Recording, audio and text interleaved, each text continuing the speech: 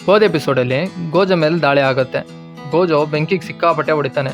ಆಮೇಲೆ ಬೆಂಕಿ ತಪ್ಪಿಸ್ಕೊಳ್ಳುತ್ತೆ ಅಂತ ನೋಡಿದ್ವಿ. ಮುಂದೇನಾಯ್ತು ಅನ್ನೋದನ್ನ ಈ ಎಪಿಸೋಡಲ್ಲಿ ನೋಡೋಣ. ಎಕ್ಸ್ಚೇಂಜ್ ಈವೆಂಟಲ್ಲಿ ಯಾವ ಥರ ಆಟ ಇರಬೇಕು ಅಂತ ಡಿಸೈಡ್ ಮಾಡೋಕ್ಕೆ ಕ್ಯೂಯೇಟೋ ಶಾಲೆಯ ಪ್ರಿನ್ಸಿಪಾಲ್ ಬಂದಿರ್ತಾರೆ. ಮೆಗುಮಿ ಮತ್ತು ಕುಗಿಸಕಿ ಗ್ರೌಂಡ್ ಹತ್ರ ಜ್ಯೂಸ್ ಕುಡಿತಾ ನಿಂತಿರ್ತಾರೆ. ಅಲ್ಲಿಗೆ ಕ್ಯೂಯೇಟೋ ಶಾಲೆಯ 3rd ಇಯರ್ 2 ವಿದ್ಯಾರ್ಥಿಗಳು ಬರ್ತಾರೆ. ಒಬ್ಬನ ಹೆಸರು ತೋದೋ, ಇನ್ನೊಬ್ಳ ಹೆಸರು ಜೆನಿನ್ ಮಾಯಿ. ಅದೇ ಜುಜುಟ್ಸು ಟೋಕಿಯೋ ಶಾಲೆಯಲ್ಲೇ ಇದ್ಲಲ್ಲ ಜೆನಿನ್ ಮಾಕಿ, ಅವಳಿ ತಂಗಿ. ತೋದೋ ಬಂದವನೇ ಮೆಗುಮಿ ಹತ್ರ ಜಗಳ ತೆಗಿತಾನೆ. ಅದು ಯಾವ ರೀತಿ, ನಿನಗೆ ಯಾವ ಥರ ಹುಡುಗಿಯರಂದರೆ ಇಷ್ಟ ಅಂತ ಕೇಳ್ತಾನೆ.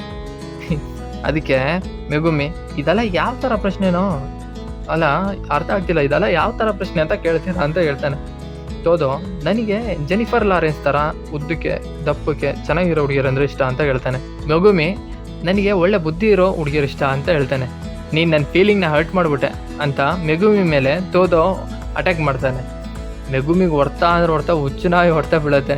ಮೆಗುಮಿಗೆ ಎಲ್ಲಿ ಹೋದ್ರೂ ಹೊಡ್ತಾನೆ ಅನಿಸುತ್ತೆ. ಸಿಕ್ಕಾಪಟ್ಟೆ ಹೊಡಿತಾನೆ. ಮೆಗುಮಿಗೆ ತೋದೋ ಮುಂದೆ ನಿಲ್ಲಕ್ಕೂ ಹೋಗಲ್ಲ, ಅಷ್ಟೊಂದು ಶಕ್ತಿಶಾಲಿಯಾಗಿರ್ತಾನೆ ತೋದೋ.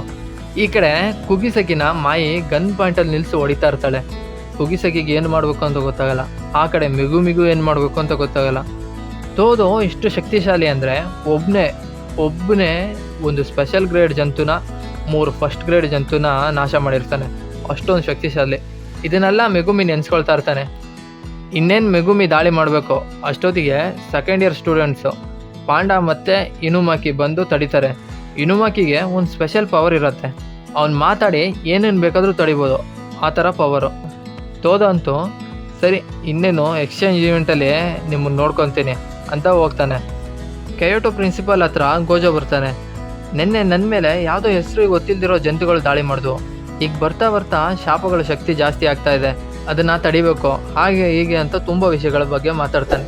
ಕಡೆಗೆ ಪ್ರಿನ್ಸಿಪಲ್ಗೆ ಗೇಲಿ ಮಾಡಿ ಹೋಗ್ಬಿಡ್ತಾನೆ. ಕುಗಿಸಕಿ ಕಡೆ ಏನಾಯ್ತು ಅನ್ನೋದು ನೋಡೋದಾದ್ರೆ ಕುಗಿಸಕಿನ ಕೆಳಗೆ ಬೀಳಿಸಿ ಮಾಯಿ ನಿಂತಿರ್ತಾಳೆ. ಅಲ್ಲಿಗೆ ಬಂದಂಥ ಮಾಕಿ ಕುಗಿಸಕಿನ ಅವಳ ಹತ್ರದಿಂದ ಬಿಡಿಸ್ತಾಳೆ. ತೋದೋ ಮತ್ತು ಮಾಯಿ ಇಬ್ಬರು ವಾಪಸ್ ಹೋಗ್ತಾರೆ.